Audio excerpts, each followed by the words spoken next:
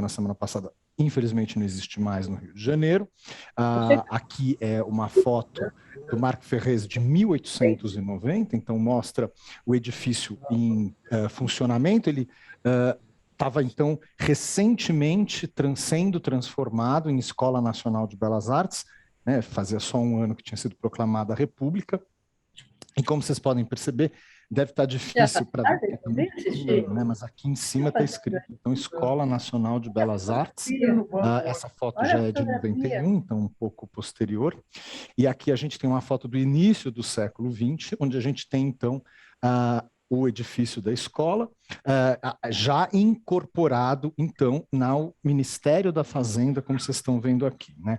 Então, a academia, depois da proclamação, foi então transformada, alterada, e nesse processo, uma ideia de modernização foi impressa na academia, né? Tinha um grupo de artistas modernos ligados à academia, onde a gente tinha principalmente o José Fiuza Guimarães, o Rafael Frederico e o Eliseu Visconti. Eles pressionavam para que a academia mudasse, se adaptasse aos novos tempos, né, ao século XX que se anunciava. Você tinha, inclusive, alguns pensadores, principalmente os positivistas da época, que defendiam a extinção da academia, e você tinha, lógico, os conservadores que defendiam a manutenção.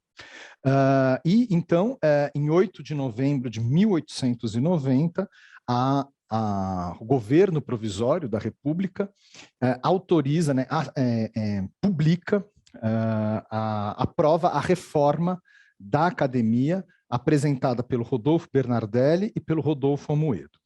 Então, ela foi convertida em Escola Nacional de Belas Artes, e o Bernardelli se torna, então, o primeiro presidente dessa academia, dessa Escola Nacional de Belas Artes, por 25 anos. E aqueles professores antigos ligados àquelas representações que a gente viu na semana passada, o Vitor Meirelles, o Pedro Américo, Moreira Maia, Maximiano Mafra, todos eles foram afastados do ensino, e a ideia foi, desde o início, a construção de uma nova sede. Então, já no início da Escola Nacional de Belas Artes, se imaginava que a sede não podia mais ser essa, porque era um edifício ligado ao pensamento, então, considerado antigo. Essa fúria modernista, digamos assim, é algo que não é exclusivo do Brasil. Na verdade, todas as grandes cidades do mundo viram isso acontecer, né? Nova York, por exemplo, Paris, Londres, enfim, vários edifícios do século XVIII, do início do XIX e do XVII foram destruídos nessa ânsia da chegada da modernidade, né? Quando se, então, reformulou o ensino superior no Brasil, em 1931, então, essa Escola Nacional de Belas Artes foi incorporada à Universidade Federal do Rio de Janeiro. E é ainda um órgão que depende da UFRJ. Essa estrutura se manteve, então, desde 1931. A Escola Nacional de Belas Artes, antes dela ser incorporada, a direção dela vai ser assumida pelo Lúcio Costa. O Lúcio Costa, por um tempo brevíssimo, vai ser diretor da Escola Nacional de Belas Artes, do final de 1930 até a metade de 31, e ele vai, enfim, empreender todo um processo de transformação, que não vai ser implantado, porque ele não vai ficar muito tempo, mas que vai permear o pensamento da Escola Nacional de Belas Artes, aí então incorporada à universidade a partir de então. Então, esse edifício, né, ele foi incorporado ao Ministério da Fazenda nesse momento de transformação, e isso ocorre, enfim, de maneira muito contundente, e isso estava ligado a um grande processo de transformação que o Rio de Janeiro passou, assim como Paris, assim como Nova York, de demolição e destruição, que a gente tem isso iniciado no governo do Francisco Pereira Passos, lá no Rio, governo municipal. Ele foi prefeito do Rio entre 1902 e 1906, foi nessa ocasião que a Avenida Rio Branco foi aberta, que a atual Avenida Getúlio Vargas foi aberta, enfim, todas essas grandes avenidas. Depois a gente tem, lógico, a grande destruição do Morro do Castelo, em 1922, e, finalmente, uma série de transformações empreendidas pelo Henrique Dodsworth, que foi interventor no Distrito Federal, então aí já nomeado pela ditadura do Vargas, e ele foi então interventor, ele era o que ocupava o cargo então de prefeito, ele não foi eleito, entre 37 então e 45, né?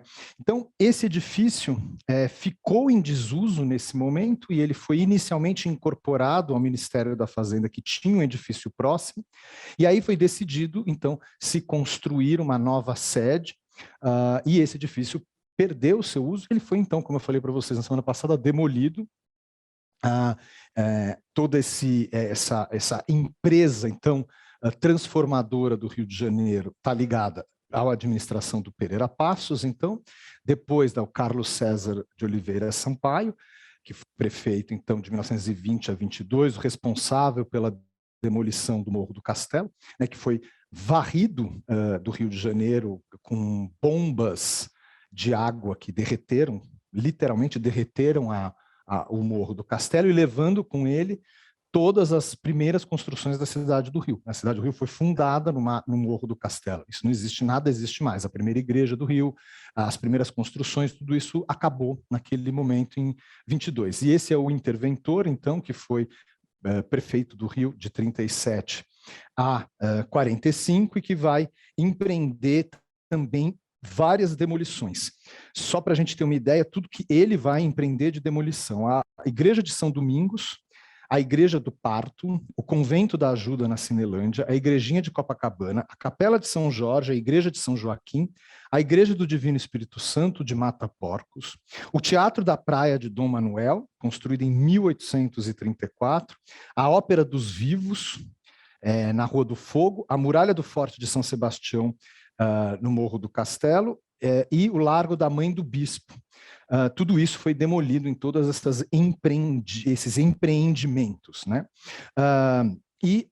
Isso era um comportamento, uma atitude prezada pelos pensadores, pelos artistas, pelos políticos e principalmente pela opinião pública e pela imprensa, né? Não é raro a gente pesquisar em jornais dos anos 30, dos anos 40, dos anos 20, declarações realmente ufanistas de todo este processo, né? Dizendo que maravilha que isso foi demolido, que bom que esses edifícios saíram da nossa vista, esses elefantes horrorosos, símbolos do passado atrasado do Brasil, enfim, é muito comum esse tipo de comentário nos anos 30, né?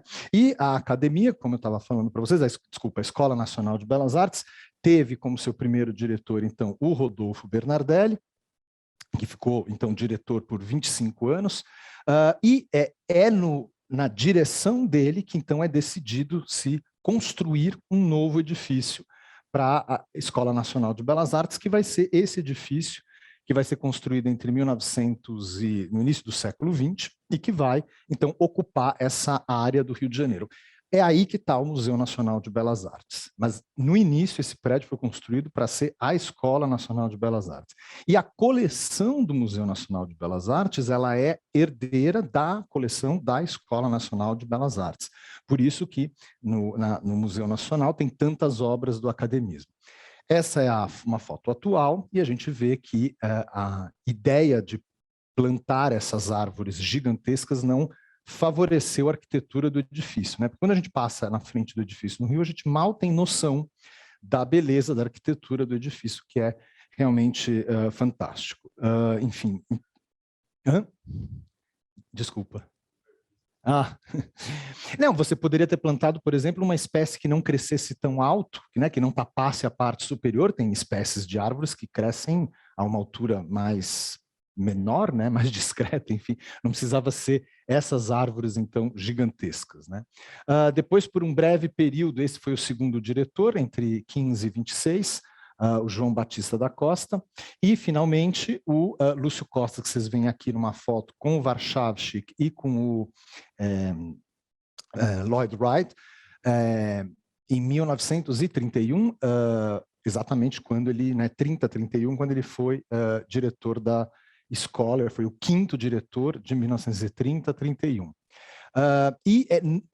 Ele, por acaso, ele organizou, nesse acho que foram 8 ou 9 meses, enfim, foi menos de um ano que ele foi diretor, uma exposição que estava ligada a uma tradição da academia, que era todos os anos a ocorrência dessa exposição da Escola Nacional de Belas Artes. A exposição organizada em 31 foi chamada de, como vocês estão vendo, Salão Revolucionário, né? A ideia era mostrar a nova arte, mostrar a modernidade, enfim, tinha todo esse ímpeto de transformação e de mudança. E aí, esse Museu Nacional de Belas Artes vai ser fundado, vai ser oficialmente constituído em 1937. Né?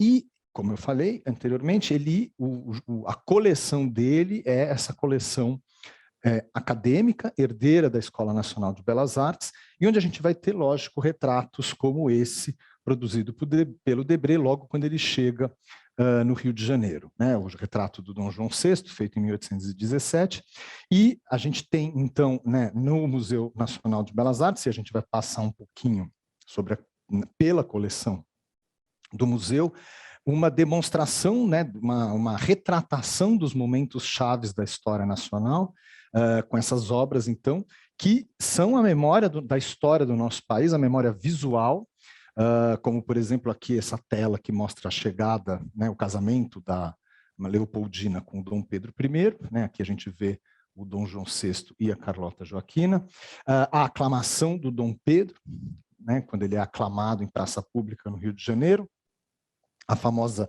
primeira missa do Brasil, a gente conversou sobre essa obra na semana passada, que é base para essa obra, então, do Cândido Portinari. Né? Vocês vão ter semana que vem nessa parte posterior, né? Mas o que a gente já consegue localizar é que, por mais que o modernismo se colocasse como um movimento de contestação e de conflito em relação ao acadêmico, naturalmente, essa relação de recusa, né, se torna uma relação de...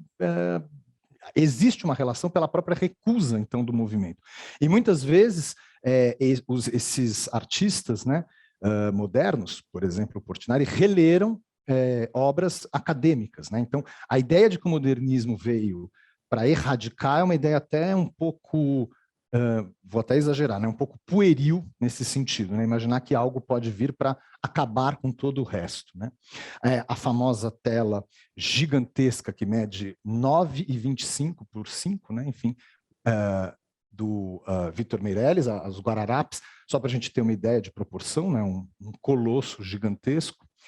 E aqui a Batalha do Havaí, que é ainda maior e que tem esse tamanho, enfim, impressionante. Né?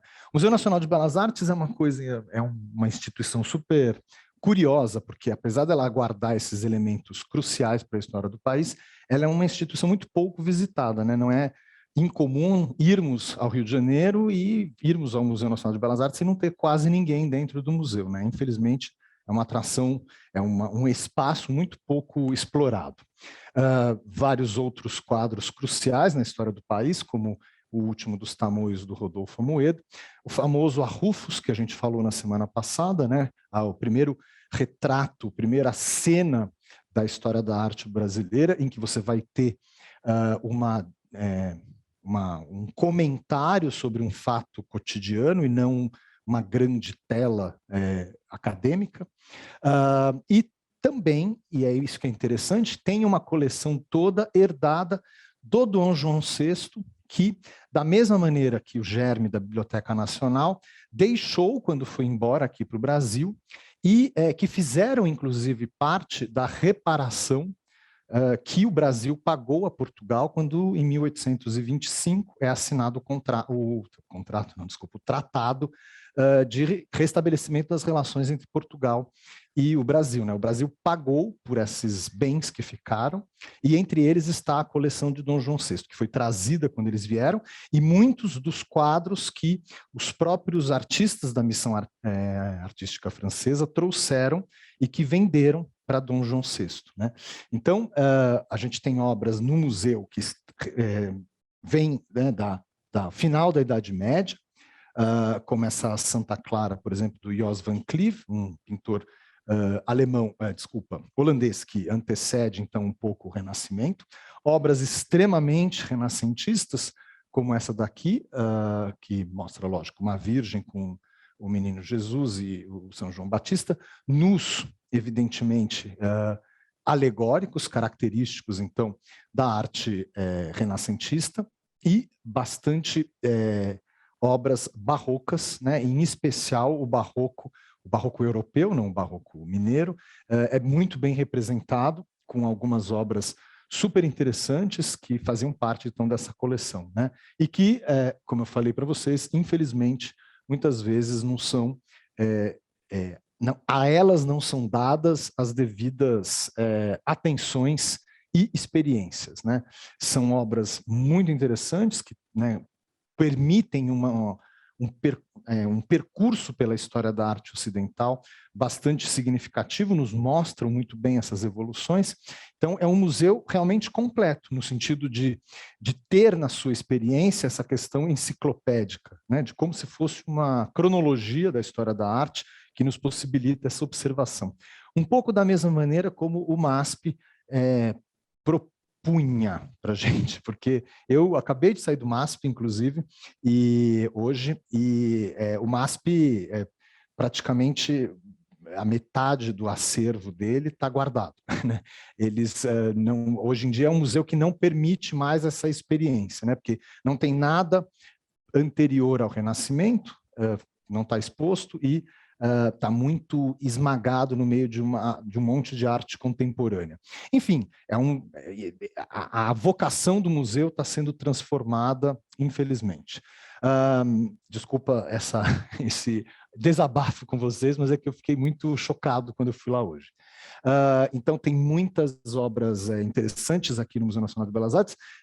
Eu não vou, logicamente, desde o início da pandemia, então não sei como está hoje, mas eu espero que eles não tenham tentado nesse espírito modernista ou contemporanista, digamos assim.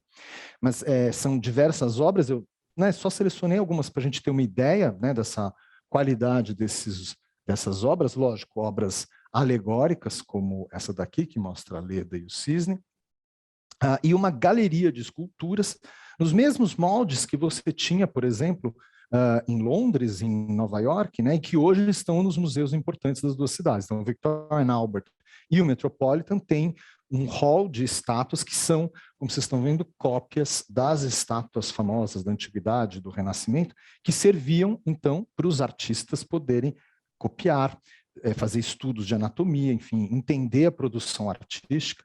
Então, o Brasil era um país que importou totalmente esse pensamento acadêmico, né, e que foi muito responsável por essa formação da primeira escola de arte, então, do Brasil, né?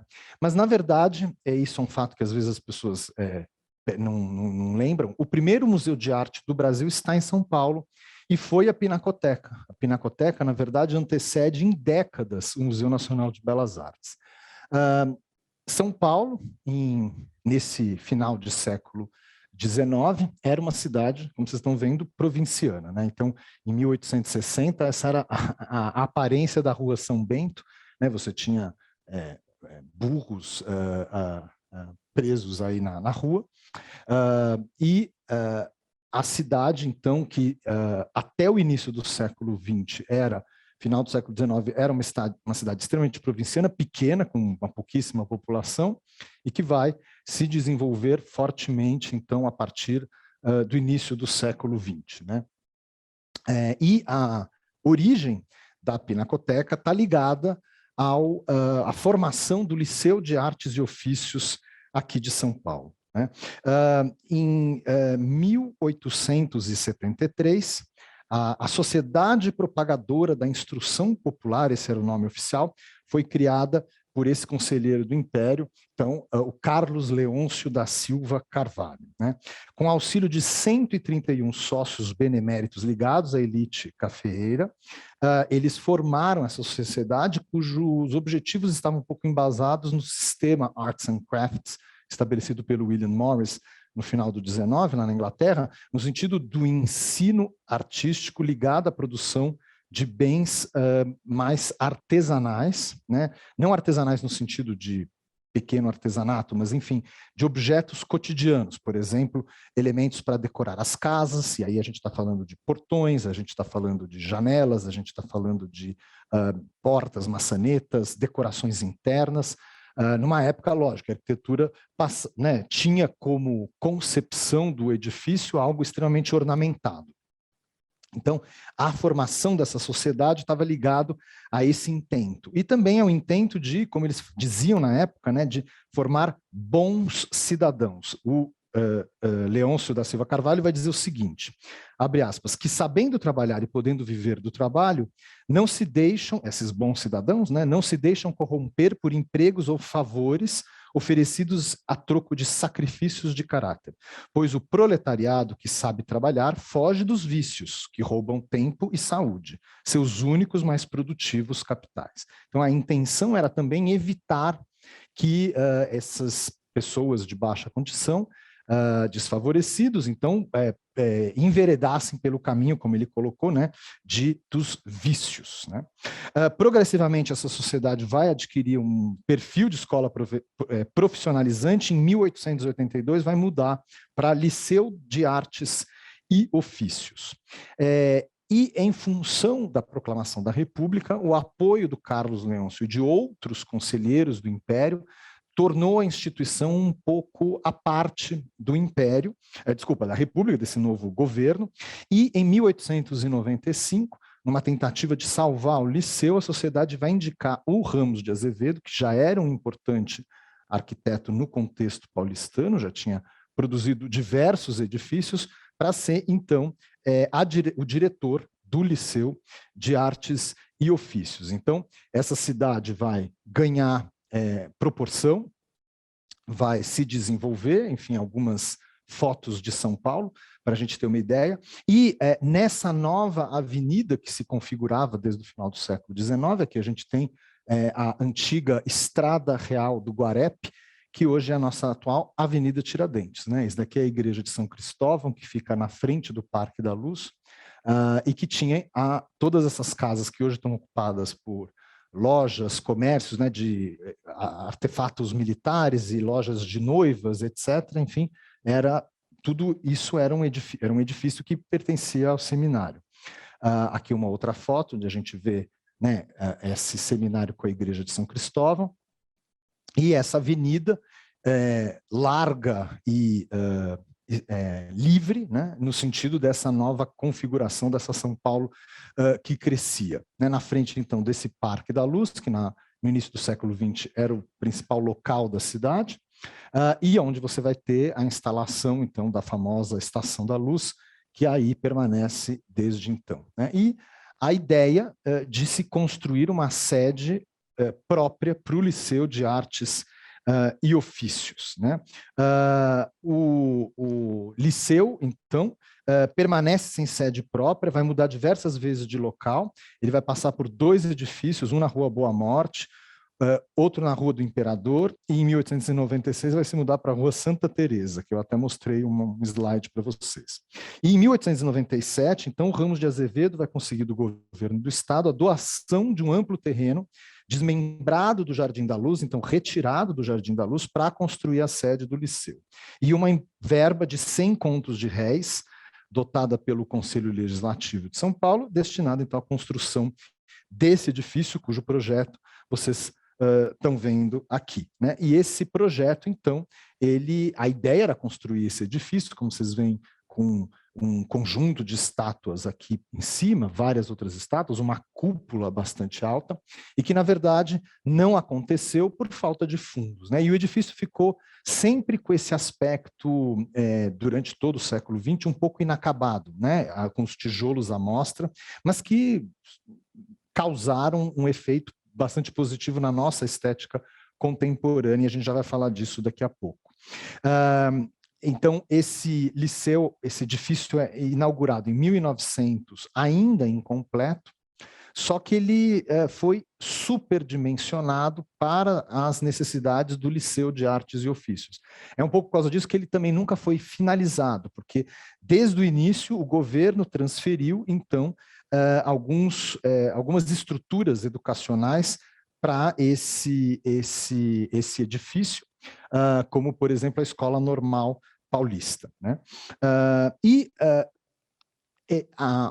O fato desse edifício não estar completamente utilizado ocasionou a ideia da elite paulistana de formar, então, quem sabe aqui, um museu de arte. São Paulo já tinha um museu de História Natural, que havia sido fundado em 1891 e que desde 95 funcionava no Monumento do Ipiranga, que inclusive vai reabrir agora esse ano, e então, oficialmente pelo governo do estado, que era na época o presidente do estado de São Paulo era o Bernardino de Campos, foi oficialmente criada a Pinacoteca do Estado em 1905. Então, a Pinacoteca do Estado é o primeiro museu de arte do Brasil, tem então quase 120 anos, né?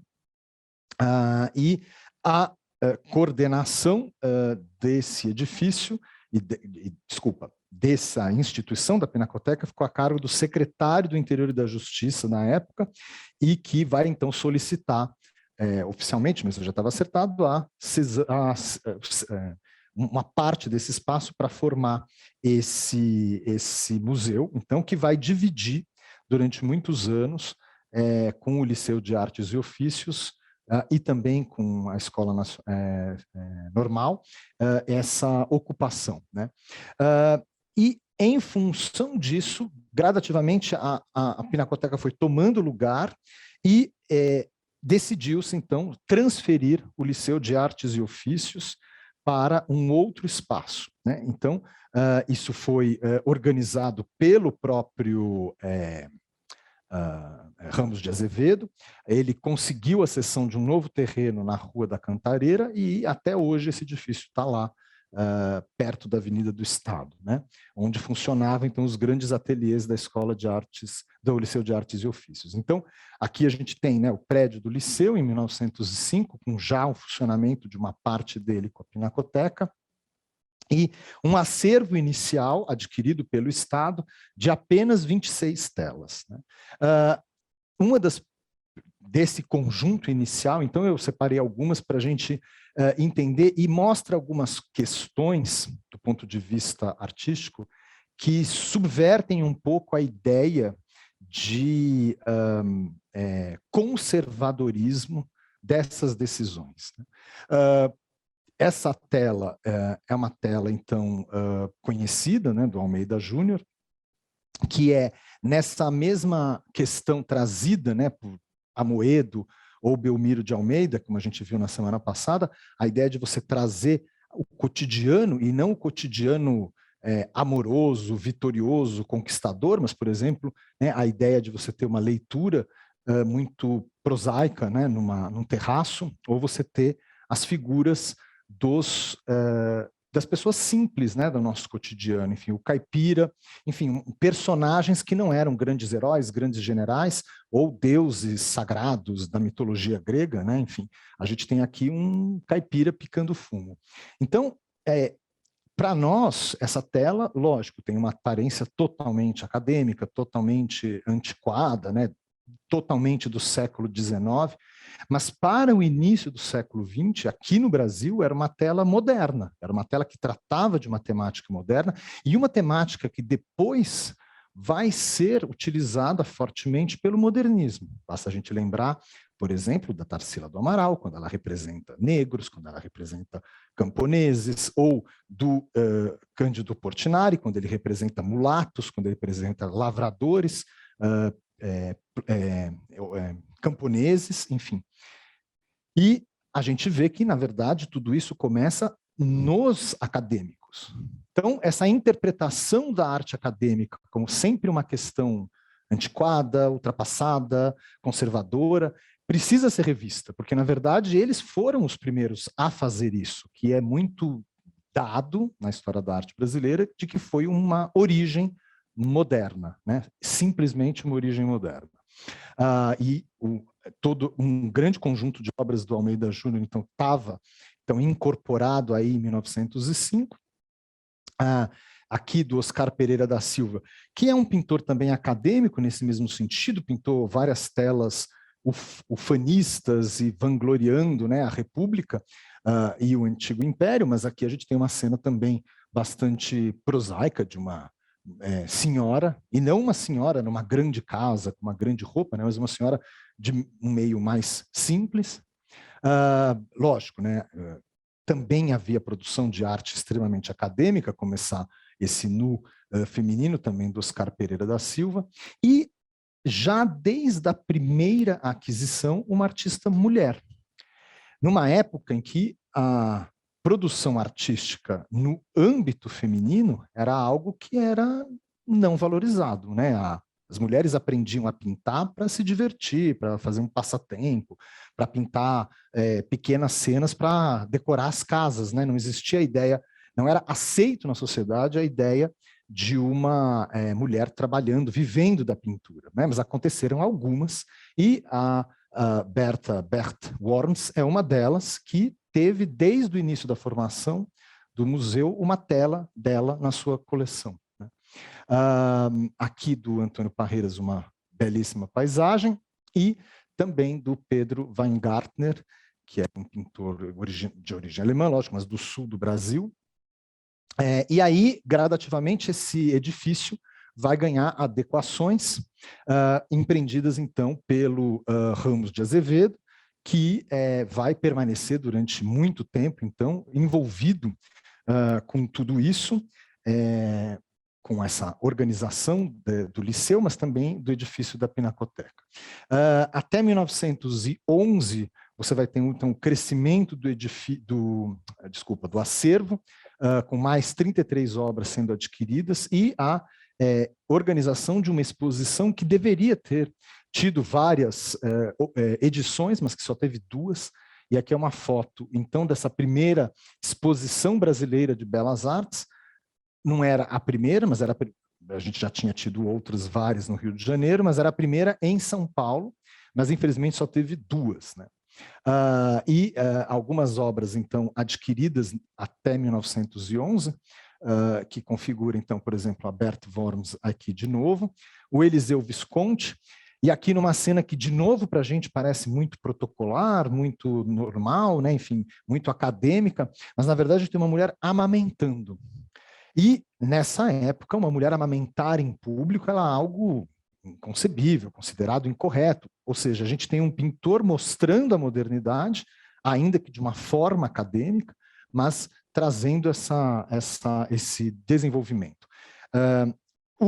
Essa tela que mostra uma artista importante desse período, que também não era valorizada na época, lógico, por ser mulher, a Georgina de Albuquerque, um retrato dela pintado pelo marido Lucílio. E da própria Georgina, essa obra entra nesse momento. Então, isso não foi uma ocorrência por acaso que aconteceu a Bertha Worms na primeira incorporação. Desde o início, então, em várias ocasiões, a Pinacoteca adquiriu obras de mulheres, e eu vou mostrar outras ocorrências para vocês também. Essa é a primeira aquisição de uma obra, então, estrangeira, né, não produzida no Brasil, desse pintor, então, espanhol, e aqui desse outro pintor italiano, que mostram, então, imigrantes, de novo, a ideia de você não ter um local onde você só tivesse arte que mostrasse a mitologia, a religião ou as guerras, né? Essa tela, que na verdade é um tríptico, né, do Pedro Weingartner, é uma tela impressionante pela modernidade do que ele trata. Na verdade, é um tema tabu até hoje no Brasil, né? Porque ele se chama a fazedora de anjos, né? Isso é um eufemismo para mulheres que praticavam aborto em outras mulheres, e ainda, enfim, isso acontecia, infelizmente, e o Brasil tem esse tema com ainda polêmica. Então, a gente tem uma tela produzida em 1908, e em 2022 esse é um tema ainda polêmico, né? Então, para a gente ter uma ideia da modernidade dessa tela, né? A maioria das pessoas que passam na frente da tela lá na Pinacoteca não param um minuto para entender a história, mas, na verdade, mostra o que pode acontecer com uma mulher de boa família, né, digamos assim, né, se ela fica desatenta, né? Aqui ela chegando no baile, a fantasia, né, e provavelmente nessa noite aconteceu alguma coisa incorreta para os padrões da época, e ela teve que, então, recorrer a essa personagem aqui, evidentemente, né? Enfim, você vai ter, desde o início da formação da Pinacoteca, a organização de exposições de arte internacional. Então, em 1913, você teve essa exposição de arte francesa, que a gente tem essa foto, então, rara da disposição, e como vocês podem ver, as obras expostas neste padrão de, como fala, isso, de penduramento, de exposição, enfim, que se chama atush-touche. É o nome que a historiografia de arte utiliza, o nome francês, né? Que é, digamos, a tradução literal seria tocar, tocar. De você ter várias obras quase se tocando, isso era a maneira como os museus expunham as obras e os particulares expunham nas suas casas as quadros, né? A ideia de você ter um quadro por parede, com nada muito próximo, nada muito em volta, para você focar a atenção num quadro só, de novo, é uma interpretação modernista que não era corrente. Aqui uma outra foto, então, dessa exposição de arte francesa. E aí, o governo do Estado,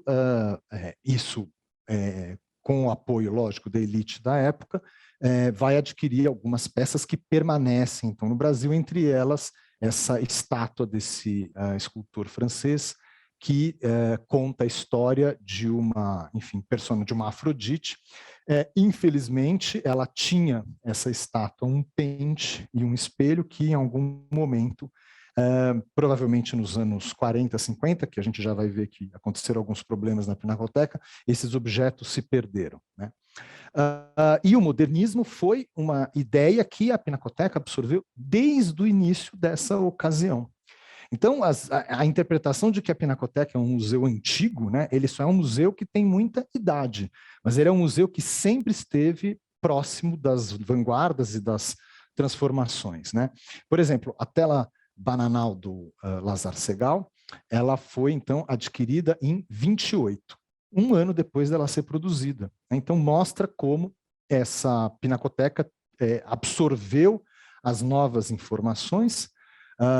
A própria Tropical, da Anitta, né, no sentido dessa obra que causou tanta polêmica naquela segunda exposição dela, a gente falou isso no curso há 2 meses atrás, foi uma doação da Malfatti, em cumprimento à lei do pensionato artístico. Então, ela recebeu uma bolsa, ela tinha que pagar, né, desculpa, mais ou menos isso, e ela doou essa obra.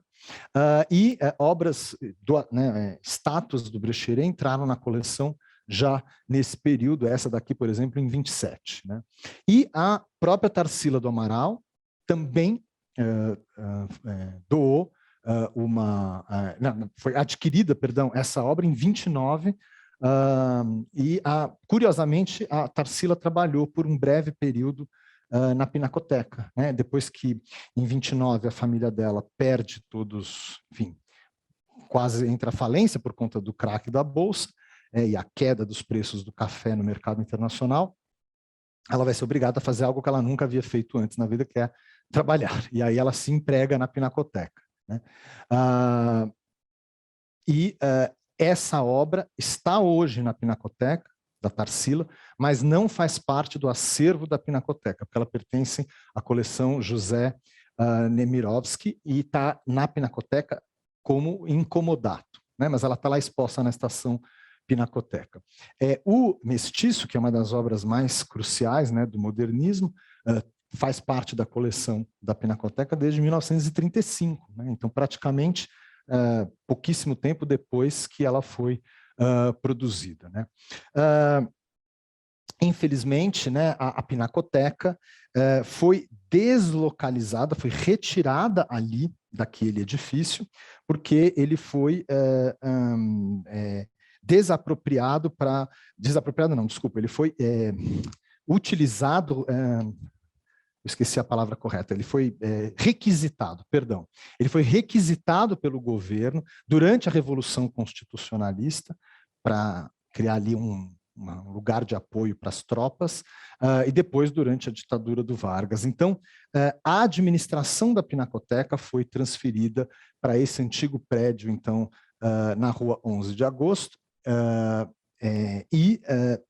durante esse período, então, a Pinacoteca sofreu diversas transferências e mudanças, e nesse sentido o acervo da Pinacoteca começou a ser espalhado pelos diversos palácios do governo, enfim, e nesse processo algumas obras da coleção se perderam, infelizmente, né?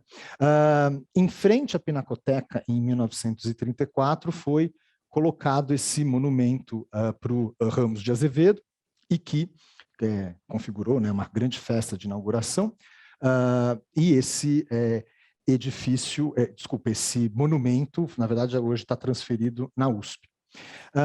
E, por um breve período, pensou-se em transferir a Pinacoteca, enfim, para o edifício, para o Palácio das Indústrias, né? E nessa ocasião, então, uma comissão notou o desaparecimento de 93 gravuras francesas, um medalhão do Davi e outras peças extraviadas por conta dessas mudanças. Um artista foi empossado diretor da Escola de Belas Artes de São Paulo e da Pinacoteca em 1937. E aí ele é o personagem que recusou a oferta desse edifício, porque ele considerava que a poluição do gasômetro ali próxima poderia prejudicar muito as telas. E aí, em 1947, o museu finalmente retorna, então, para o edifício da Avenida Tiradentes, e por conta, principalmente, da desapropriação deste edifício da Rua 11 de Agosto, então a Pinacoteca precisava voltar para algum lugar, enfim, e acabaram levando ela de novo para o prédio. Então, esse é um quadro do Lopes de Leão, que foi, então, diretor da Pinacoteca, e que foi responsável, então, por trazer de novo a Pinacoteca para o edifício dela. Quando o Bernardelli morre, em 1937, a família doa um grande conjunto de obras, né, um número expressivo de obras, com muitos estudos, mas apenas uma tela, e você vai ter uma sala que é inaugurada para abrir a coleção particular dele de 698 obras, e aí o acervo da Pinacoteca atinge 500 obras. E essa é a sala, então, Bernardelli, que acontecia naquele edifício da Rua 11 de Agosto, que eu mostrei para vocês a foto daqui há pouquíssimo tempo, alguns slides atrás, e essa é uma foto, enfim, raríssima dessa sala. E aqui, então, o edifício, quando a Pinacoteca volta para o edifício antigo, esse era o contexto da Avenida Tiradentes, né? O monumento foi retirado quando foi construído o metrô embaixo dali. O diretor seguinte, depois do Lopes de Leão, foi, então, o Túlio Mugnani, que substituiu o Lopes de Leão e ficou como diretor da Pinacoteca até 1964. O diretor seguinte foi o Clóvis Graciano. O Clóvis Graciano está presente no nosso cotidiano o tempo todo, a gente nunca repara muito, mas esses painéis que ficam na Avenida Rubem Berta foram doados pelo Clóvis Graciano em 1969. Né? Ele, então, assume como diretor da Pinacoteca em 67 e vai permanecer, enfim, até 1973. Nessa ocasião, a Pinacoteca sofre uma primeira reforma. Você vai ter eventos organizados lá, como a Mostra Internacional de Arte Eônica, além de uma mostra Grassmann, e outras exposições que vão acontecer. Né? É a partir da direção desse personagem, enfim, importante da história da arte brasileira, o Emanuel Araújo, que vai ser, então, diretor da Pinacoteca durante 10 anos, de 92 a 2002, que a gente vai ver o ponto de inflexão da Pinacoteca. Né? Primeiramente, ligado à grande reforma que o edifício vai, felizmente, sofrer entre 1994 e 98, projetada pelo Paulo Mendes da Rocha, que se encarregou de não tentar resolver o problema do edifício inacabado, mas pensou, então, em valorizar esse aspecto destacando isso com essas grandes passarelas, com esses grandes elementos, então, de ferro e aço, que configuram a Pinacoteca como um edifício prezado no mundo inteiro. Ganhou, inclusive, em 2000, o Prêmio Internacional Mies van der Rohe de Arquitetura, e foi um dos responsáveis por ele ter recebido o prêmio de arquitetura há pouco tempo atrás, né? Então, esse é um aspecto da Pinacoteca mais recente, para a gente ter uma ideia.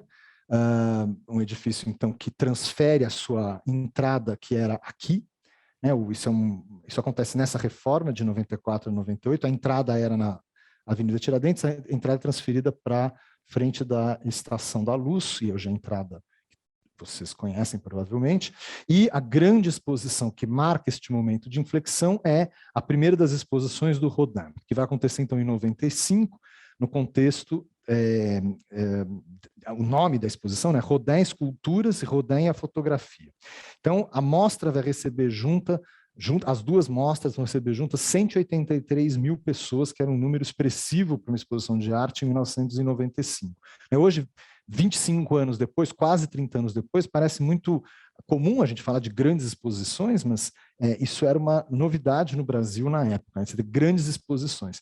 E aí, várias instituições doaram obras, então, na ocasião, que vieram para a exposição, ficaram aqui. O Banco Safra, por exemplo, doou essas duas em 95, no âmbito dessa exposição. Em 2001, a Pinacoteca vai organizar mais duas mostras dedicadas ao Rodin, Rodin Esculturas e Fotografias e A Porta do Inferno. Essa vai receber mais de 300 mil visitantes, e algumas obras, então, adquiridas pelo governo do estado, do Rodin. Outra exposição importante foi em 2001, essa mostra de Picasso a Barceló. Enfim, essas grandes exposições começam na Pinacoteca a partir da administração do Emanuel Araújo. O diretor seguinte, que vai ficar 10 anos também, de 2002 a 2012, é o Marcelo de Matos Araújo, que foi responsável por várias grandes exposições, algumas provavelmente vocês lembram.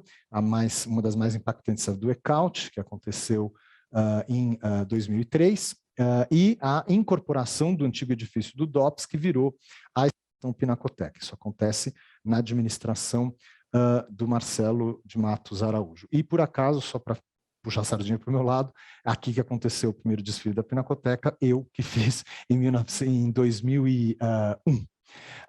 E a gente agora vai falar dos dois museus, enfim, que surgem já numa época mais recente, já depois da Segunda Guerra Mundial, que são o MASP e o MAM, e que estão intimamente ligados, apesar de serem museus radicalmente diferentes, tanto na sua composição, quanto no objetivo inicial de suas coleções, mas que estiveram, enfim, desde o início intrinsecamente ligados. E isso acontece, na verdade, por uma disputa de egos que, felizmente, foi super benéfica para o país, né? Que é a disputa entre este personagem, que todo mundo conhece, o Assis Chateaubriand, e esse outro personagem, que também todo mundo conhece, o Titílio Matarazzo. Na verdade, o pivô dessa disputa estava na famosa Yolanda Penteado, né? Que foi cortejada pelo Assis Chateaubriand, nunca cedeu aos avanços dele, e quando ela acabou, depois da sua separação, se envolvendo com Titílio, isso criou essa inimizade entre os dois. Então, os dois, em paralelo, vão empreender mudanças artísticas aqui no Brasil, que vão trazer os dois museus, né? De um lado, o Assis com a ideia do MASP, e do outro, o Titílio com a ideia do MAM. Aqui, só para a gente ter uma ideia, né, eles têm uma relação intensa entre, por exemplo, a Yolanda Penteado com o Álvaro Penteado da FAAP, né, eles eram primos irmãos, desculpa, de segundo grau, como vocês estão vendo. E, então, no contexto da Paulista, que a gente vai ter a formação do MASP, né? Paulista era uma avenida desocupada no início do século, que vai rapidamente se urbanizar e se tornar, já nos anos 10, um centro de atividade, centro social de São Paulo, né? E você tinha, nesse local aqui, onde hoje é o MASP, o famoso Trianon. né? O Trianon, o Belvedere do Trianon, era um espaço, então, a gente já falou disso quando eu dei curso aqui sobre a história do MASP, bom, antes da pandemia, era o que a gente chamaria hoje de um parque, né, de um espaço, enfim, não era uma construção, era um edifício que não tinha paredes, enfim, ele era em vários níveis, onde você tinha lugares para você descansar, era como se fosse uma praça sem árvores, enfim. E que foi, nos anos 10, nos anos 20, nos anos 30, um local de frequência dos paulistanos, um local elegante, inclusive, por isso o nome, né? Trianon, vem lá do Palácio do Trianon, de Versalhes, e que, aqui algumas fotos, né? Aqui olhando daqui de baixo, né? Os vários níveis desse local, e como vocês veem, tinha mesas para as pessoas sentarem, tomarem refrescos, enfim, um lugar interessante, onde você tinha, ele dava para um terreno, enfim, passava um córrego, onde depois foi construída a Avenida 9 de Julho. E o fato da prefeitura ter construído este edifício, esta construção, né, desculpa, dessa maneira, está no fato do terreno ter sido doado à prefeitura com a condição de que nunca a vista para o centro da cidade ficasse tapada, né, ficasse bloqueada. Então essa foi a condição que o Joaquim Eugênio de Lima, que doou os 2 terrenos para a prefeitura, isso está no termo, né, de cessão do terreno para a prefeitura. E, então, na frente desse terreno se fez um parque, que é o Parque Tenente, acho que é Tenente Siqueira Campos, não é isso? Isso, mas que a gente chama popularmente de Parque do Trianon, porque ele era o parque do Belvedere do Trianon. Né? Mas o Belvedere do Trianon, então, vocês estão vendo, ele ficava exatamente onde hoje está o MASP. Do lado, você hoje tem aquele prédio que finalmente resolveram o imbróglio, já está a todo vapor a obra, e daqui uns 2, 3 anos, né, deve abrir o anexo do MASP. Você tinha aqui um edifício que era o primeiro observatório de São Paulo, um observatório amador de um personagem do final do 19. Então, esse Belvedere tinha esse papel na vida social. Aqui o observatório era na casa desse doutor José Nunes Belfort de Matos, era um, como se fala, astrônomo amador, né? Você tinha salões dentro do Belvedere, né, onde você tinha, então, podia descansar, e a organização também de bailes, né, aqui essa recepção na década de 20, e imagens de bailes de carnaval oferecidos dentro do Trianon, né? Na década de 40, então, a construção da 9 de Julho vai urbanizar toda essa região, e o Belvedere estava ali, né, bem colocado, e depois da Grande Depressão, enfim, dos anos 30, já nos anos 40, não era mais um local considerado interessante na cidade, ele acabou entrando num processo de decadência, e decidiu-se, então, utilizá-lo para a organização, como espaço de organização da primeira Bienal de São Paulo, que aconteceu em 51. Então, aqui uma imagem de São Paulo, da Avenida Paulista, então, em 52, mais ou menos na mesma época, e hoje, só para a gente comparar, né, a mudança com o âmbito de hoje, né? Então, o MASP, ele surge a partir, né, desse local que permaneceu ali um pouco abandonado durante algum tempo. Mas para a gente retomar um pouquinho, então eu vou comentar com vocês, né, como surgiu a ideia do MASP. Essa é a exposição, então, que foi trazida pelo Estúdio d'Arte Palma, do Pietro Maria Bardi, em 46. Ela foi montada no Rio de Janeiro, inaugurada no Palácio Capanema, que era a sede do Ministério da Educação, no governo, então, ali, que se organizava depois do Getúlio Vargas, e nessa ocasião o Pietro Maria Bardi então, foi contratado pelo governo federal para organizar essa pequena exposição, veio ao Brasil E nas celebrações dessa abertura, ele conheceu o Assis Chateaubriand, que vai, então, convidar ele imediatamente a formar um museu, né? E o que eu acho muito surpreendente nessa história é que o Assis Chateaubriand não falava italiano, nem francês, nem inglês, e o Pietro Maria Bardi não falava português, mas mesmo assim eles se entenderam e ele conseguiu convencer o Pietro Maria Bardi a se mudar de país. É lógico que, sem dúvida, o fato da Itália estar numa situação muito complicada, tinha acabado de perder a Segunda Guerra Mundial, estava devastada, enfim, e aqui o Brasil era um país que proporcionava todas as possibilidades, era considerado, na época, lógico, o país do futuro, então ele se muda com a esposa para São Paulo em 1947, e, inicialmente, o museu ocorreu nesse edifício, que ainda existe lá na Rua 7 de Abril, que era a sede dos Diários Associados, do Assis Chateaubriand.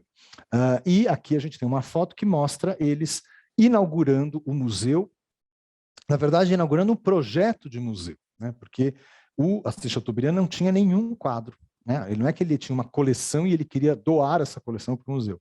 Não, a coleção estava por fazer e eles fizeram uma das maiores empreitadas artísticas que a gente pode ter notícia, né?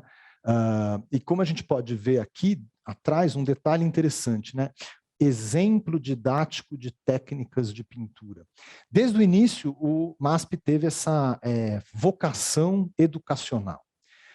Desde o início, se organizou aulas de história da arte, aulas de pintura, aulas de desenho, enfim, aulas para ensinar as pessoas não somente a praticar a arte, mas também a apreciar a arte. Então, era uma inovação muito grande do ponto de vista mundial você ter uma instituição que se voltasse para esse aspecto educacional. O papel dos museus até então, até a Segunda Guerra Mundial, nunca era de ensinar, mas sim de mostrar. Era como uma enciclopédia, né? Uma enciclopédia não ensina, ela é um objeto de consulta. Você tem que procurar o ensinamento em outro lugar, né? Era o mesmo sentido que os museus tinham. Então, desde o início, o MASP teve uma vocação bastante inédita nesse contexto.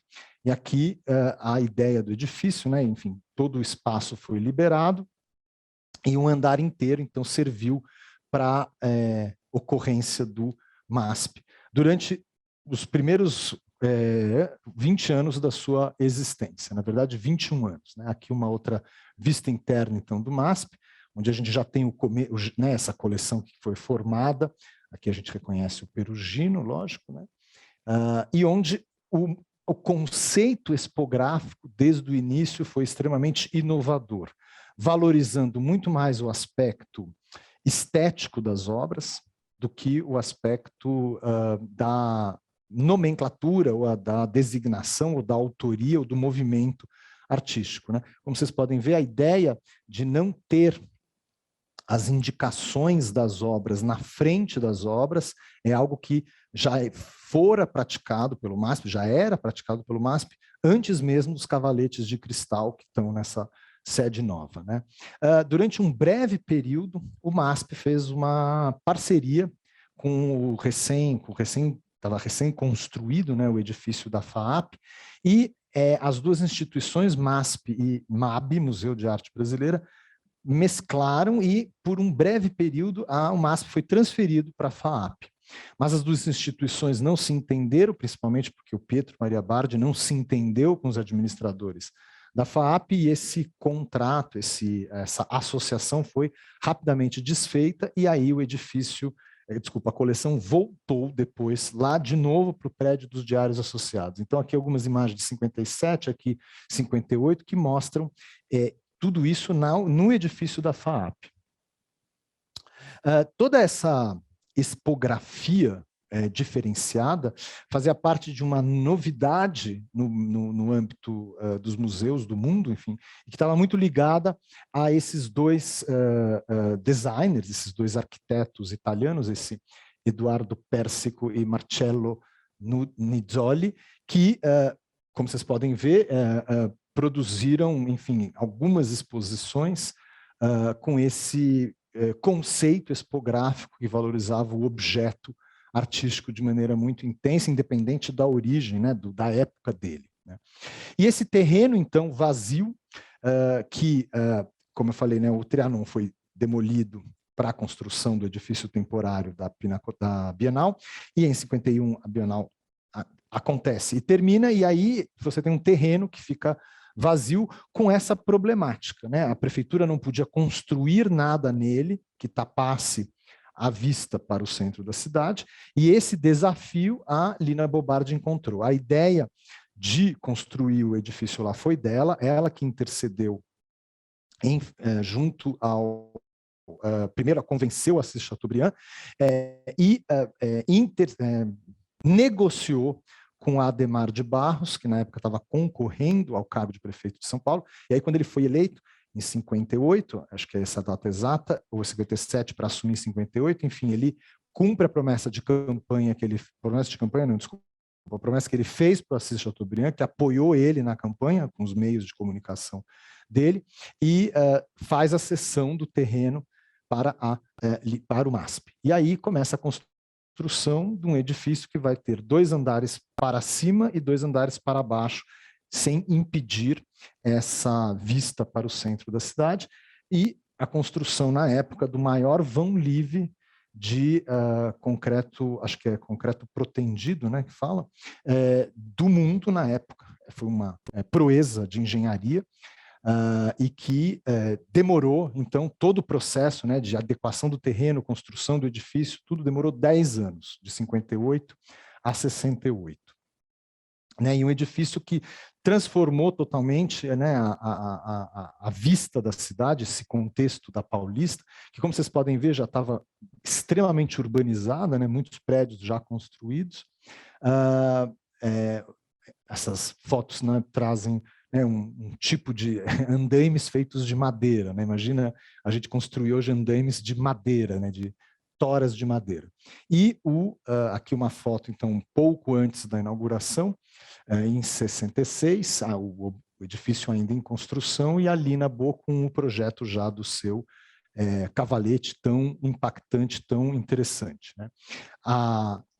É o próprio Assis Chateaubriand que convida a rainha para a inauguração do MASP. Ela vem, então, atendendo um pedido do antigo embaixador do Brasil na Inglaterra, né? O Assis Chateaubriand foi embaixador por um tempo, lógico, teve contato através dessa função oficial com a rainha, e ele que intercedeu e convidou-a pessoalmente, mas ele não pôde assistir isso. Ele morre em abril, acho que abril ou maio do mesmo ano, né? E o edifício só vai ser inaugurado em novembro. Infelizmente, ele não participou, né? Mas a gente vê, então, né, a comitiva de acompanhamento da rainha, o príncipe de Edimburgo, Pedro Maria Bardi aqui, e essa ideia, então, do edifício sem nenhuma parede, que era uma novidade absoluta. Imagina um edifício para ser um museu que foi concebido sem paredes, né? Então você tem essa vista de todas as obras flutuando, algo absolutamente inovador e impactante, que configura uma das preciosidades da nossa cidade. Algumas fotos, então, do edifício na ocasião, enfim, em 68. A Paulista tinha uma configuração diferente, imagino que alguns de vocês devem se lembrar, era uma avenida mais estreita, e inclusive tinha do outro lado da Paulista esse espelho d'água super bonito, que ficou até o início dos anos 70, quando a avenida foi alargada, e aí tanto de um lado quanto do outro, foram tomados uma faixa a mais, enfim, diminuiu a calçada da Paulista, e aí é que a gente tem, em 73, a demolição do espelho d'água, e o MASP, durante décadas, esteve desse jeito, né, sem a pintura vermelha nas suas colunas de sustentação, porque não fizeram. Isso já estava no projeto original da Lina Bobardi, e isso só foi, então, feito já quase finalzinho dos anos 90, se eu não me engano. Então, é algo recente, mas, enfim, esse museu tão importante da nossa cidade. E aqui a gente tem o edifício, a carcaça do edifício, que já está em plena reforma e que vai ser um anexo do MASP, vai ter uma passarela interna, então a entrada do MASP vai ser transferida para esse edifício, né? E aí você vai ter uma loja, você vai poder ter também os escritórios do MASP e provavelmente então os espaços dos escritórios do MASP que estão aqui no primeiro andar vão ser desocupados para você ter um aumento de espaço expositivo nesse mesmo edifício, né? Eu não lembro exatamente a data, mas durante todos os anos 70 e 80 ele ficou desse jeito.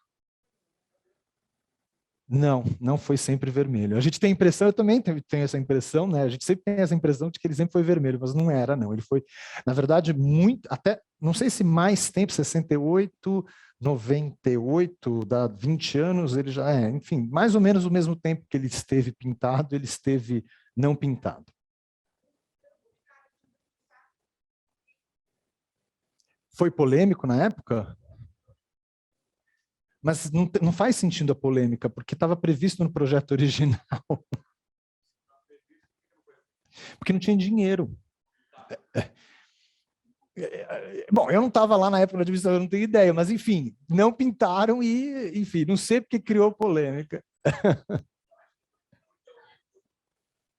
Mas faz parte do projeto original, da Lina Bobardi, isso é certeza.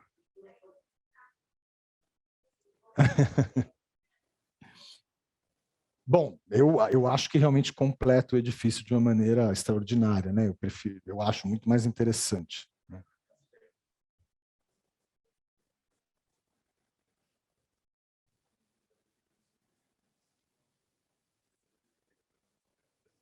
Você diz as pernas abertas? Ah, entendi. Qual é o maior vão do mundo hoje? Não sei, não sei. Tem vários lugares do mundo maiores, mas na época ele era o mais comprido. Né? Ainda, não é mais. Agora eu não vou saber te dizer quais são exatamente. E o MAN, porque o MAN foi a contrapartida do Titílio para a Chateaubriand, né? Porque o MAN, então, de novo, né, para a gente entender um pouquinho, da onde que vem o MAN, ele vem onde ele está localizado hoje, no Parque do Ibirapuera, um local que foi, só para a gente ter uma ideia, né, da mudança, essa antiga Catedral da Sé, quer dizer, Igreja da Sé, que não existe mais, que foi demolida para dar lugar à nova catedral, que foi construída no contexto da comemoração do quarto centenário. Então, o quarto centenário, em 54, causou uma série de projetos de construção na cidade, por exemplo, né, a construção do pátio do colégio, que a gente já falou na semana passada, né, esse pátio do colégio fake, que não existia mais, o original, que foi reconstruído em 54, a nova Catedral da Sé, que foi construída, então, ela não estava pronta na ocasião das comemorações, né, em 54, como vocês podem ver, ela estava ainda em finalização, não tinha as duas torres, e a construção, então, do Parque do Ibirapuera. Né? A ideia da construção de um parque muito maior que o Parque da Luz já fazia parte de projetos da Prefeitura de São Paulo já há bastante tempo. Né? Como vocês estão vendo, esse projeto aqui de 29, né, mostra que já tinha-se uma ideia de construir naquela região que pertencia a um instituto biológico. Vocês conhecem o Instituto Biológico que tem ali perto? Toda essa área do Parque do Ibirapuera, que está hoje, né, o Parque do Ibirapuera, eram as terras do Instituto Biológico que fazia experimentações nessas fazendas, enfim, nessas terras que ficavam no perímetro urbano de São Paulo. Então, essas terras foram retiradas, né, pelo governo, não foi desapropriada, pertencia ao governo, foram transferidas, então, para construção do parque, e a ideia era algo que a cidade de São Paulo e o estado de São Paulo queria desde dos anos 20, como vocês estão vendo. E durante essas décadas, vários projetos foram apresentados por vários arquitetos diferentes, paisagistas diferentes, e que poderiam ter configurado um parque totalmente diferente, né? Mas, na verdade, o projeto vencedor foi do Niemeyer, exatamente porque é um projeto inovador, né? Que não trabalha com a ideia, né, de um jardim francês organizado, de avenidas esquadradas, né, um jardim quase que artificial, né, porque o jardim francês ele causa essa sensação de uma certa artificialidade por conta dessa regrada, né, dessa regularidade que ele possui, por uma concepção muito mais orgânica, mais modernista, evidentemente, e que vai ser, finalmente, a que vai ser encampada pelo governo, que vai ser construída, mas que não será finalizada a tempo, nem todos os edifícios ficaram prontos para 54. Né?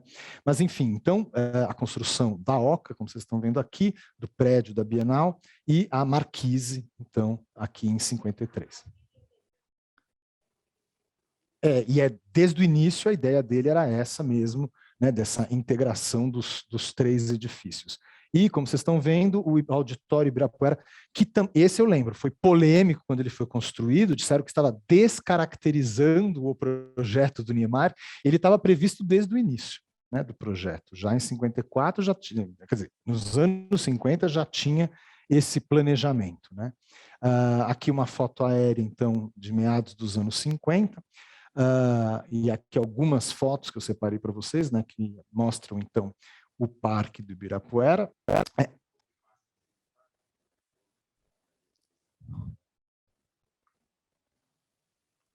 Não, eu não tenho conhecimento disso. Eu não sei essa informação. Então, aqui uma foto então, mais recente, né? Então, já com auditório, a marquise que integra todos os edifícios.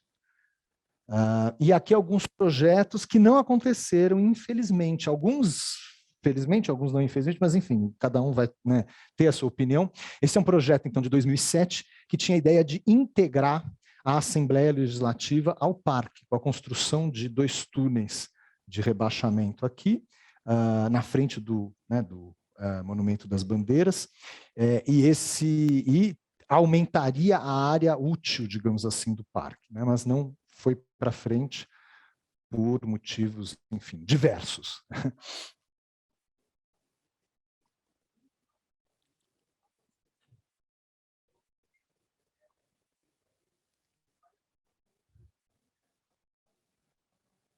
Ele não cedeu.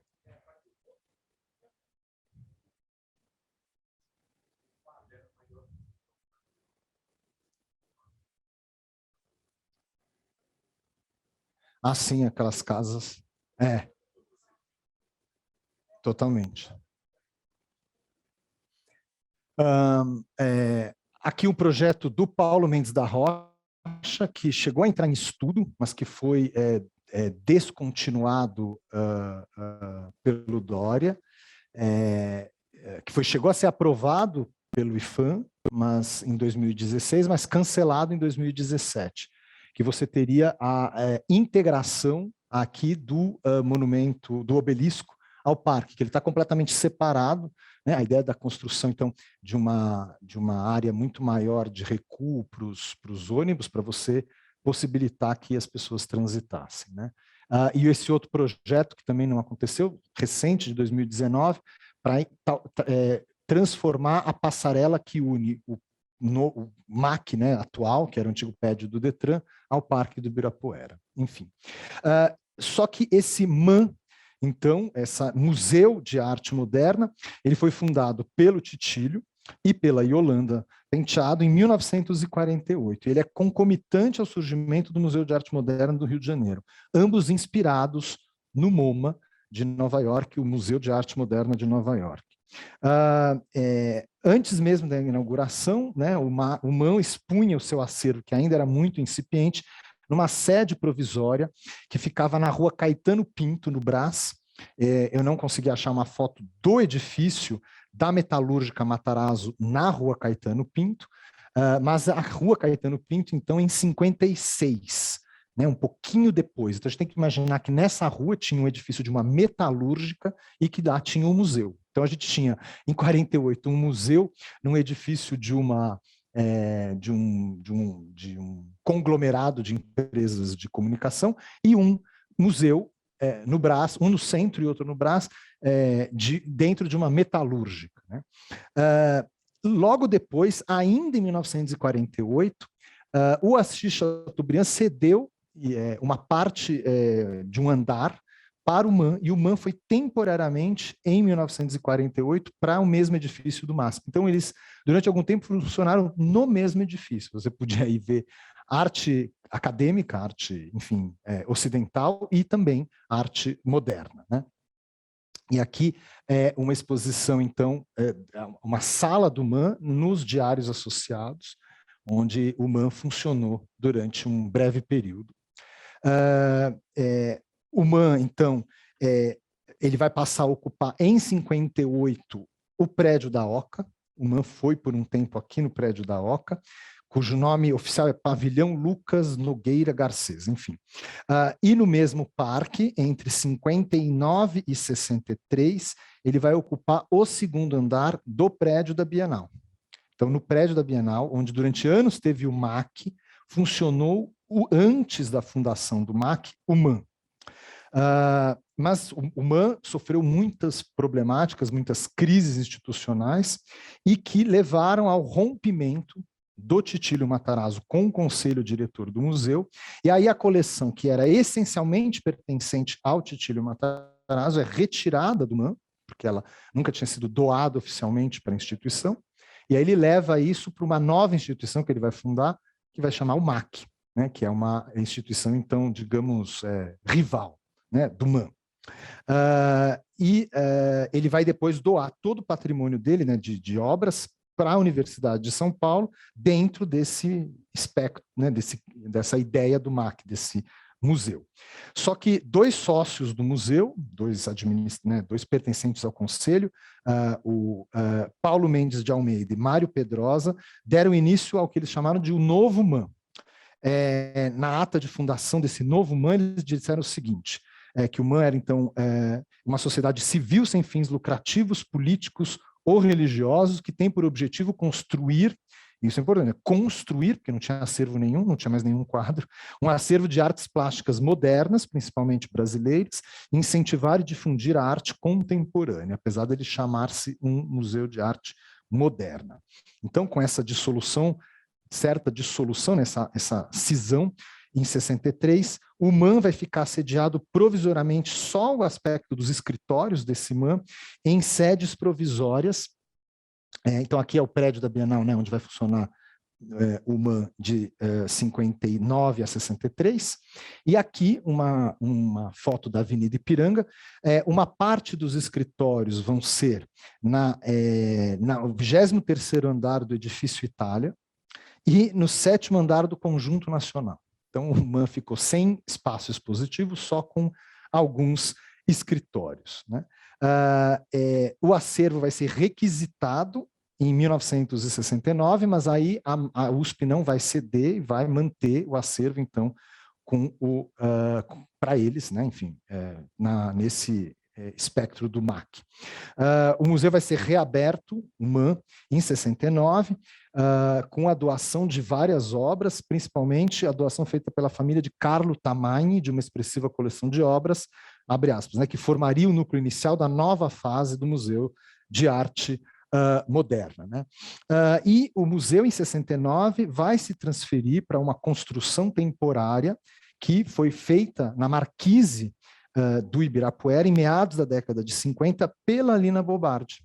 Então, a Lina Bobardi é responsável pela arquitetura dos dois museus mais recentes de São Paulo, tanto o MASP quanto o MAN. Isso por uma coincidência, ela havia construído esse pavilhão, que era o pavilhão da Bahia, na 5ª Bienal de 59, e essa configuração, porque não era um edifício, aproveitava a estrutura da marquise. Esse é o projeto, né, a maquete. Ela fez isso junto com um dramaturgo da época chamado Martim Gonçalves, e a intenção era afastar, então, a Bienal, para inserir, quer dizer, na Bienal, a cultura popular. E aí, em 1982, ela vai projetar uma reforma desse espaço, junto com o Marcelo Ferraz e o André Weiner, e aí você vai ter a construção daquele caixilho de vidro que a gente conhece do MAN, já vou mostrar para vocês, que é Lógico, esse daqui que todo mundo conhece, mas o que é muito interessante é que no projeto dela de 82 tinha a ideia de você ter cavaletes parecidos com os cavaletes que ela havia feito, só que em vez de serem cubos de concreto, eles eram de pedra, né, mais orgânica. Mas isso o MAN nunca levou a cabo, talvez para não ficar, enfim, parecido com o MASP. De qualquer maneira, criou-se uma incongruência curiosa aqui em São Paulo, que o Museu de Arte Moderna é um museu que, por conta das mudanças de definições da história da arte, abriga muito mais arte contemporânea, enquanto todo o acervo moderno construído pelo Titílio está hoje no Museu de Arte Contemporânea, enfim. Então, é bem complexo quando a gente tenta explicar o porquê para as pessoas que não são de São Paulo, que o Museu de Arte Moderna tem uma coleção contemporânea e vice-versa, né? Enfim, é isso que eu queria trazer para vocês, né? Essa ideia de como os museus foram importantes nessa forma, e ainda são importantes na formação da nossa identidade e da nossa memória, né? Obrigado.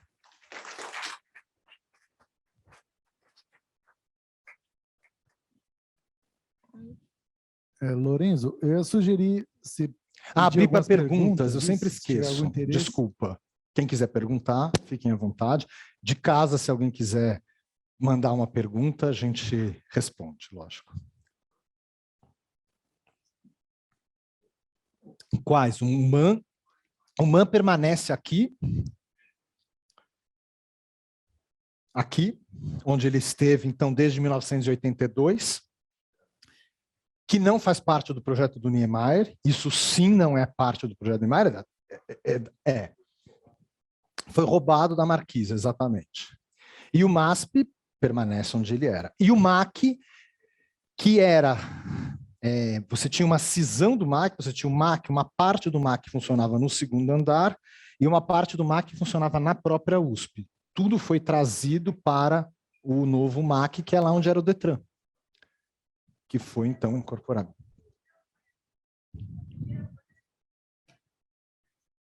Então, tudo aquilo pertencia a essa fazenda do Instituto Biológico, né? Tudo isso era parte dessa fazenda do Instituto. Tudo isso era para ser o Parque do Ibirapuera.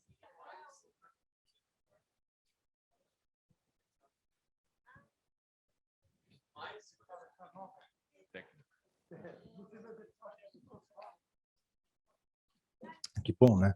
Onde é o Dante Pazianese também... O Dante Pazianese também era o Ibirapuera? O hospital. O hospital? Não sei.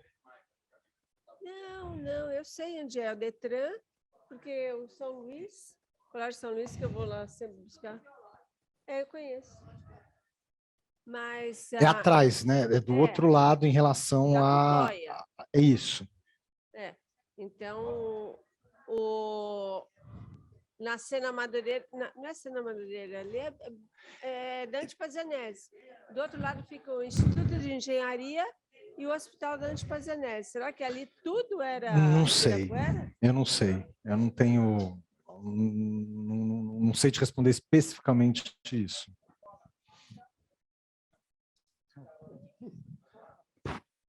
Não, e tem algumas que são irregulares.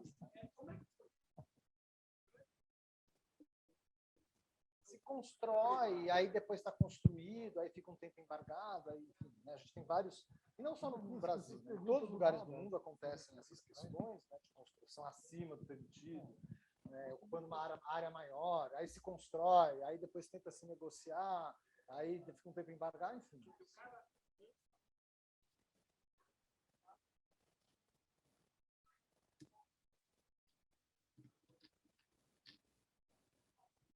Mas esse ímpeto modernista que destruiu tanta coisa, né, aconteceu em todos os lugares do mundo, né? Nova York, por exemplo, não tem mais nenhum casarão. A gente fala, a Paulista não tem mais nenhum casarão. Bom, mas tem sim, né? Tem o Casa das Rosas, por exemplo, tá lá. Tem aquele outro que ainda não fizeram nada.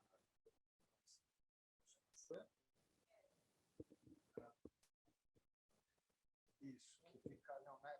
Perto da Padre João Manuel. Lá é um palacete que sobrou, né? Que podia ser reformado.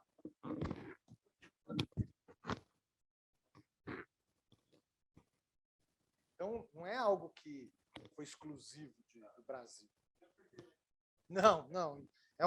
É uma questão no mundo todo, né? Isso.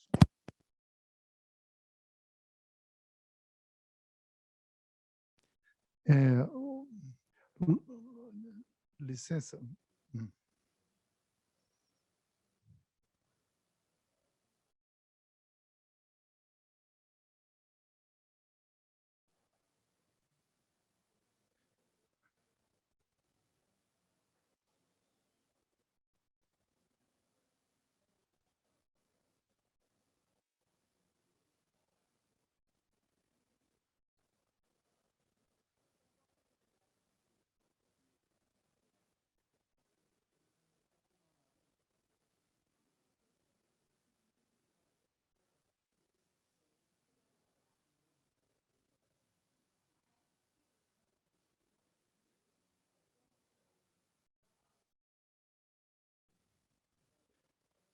Ô, Lorenzo, com licença, só para encerrar aqui na internet, as pessoas não estão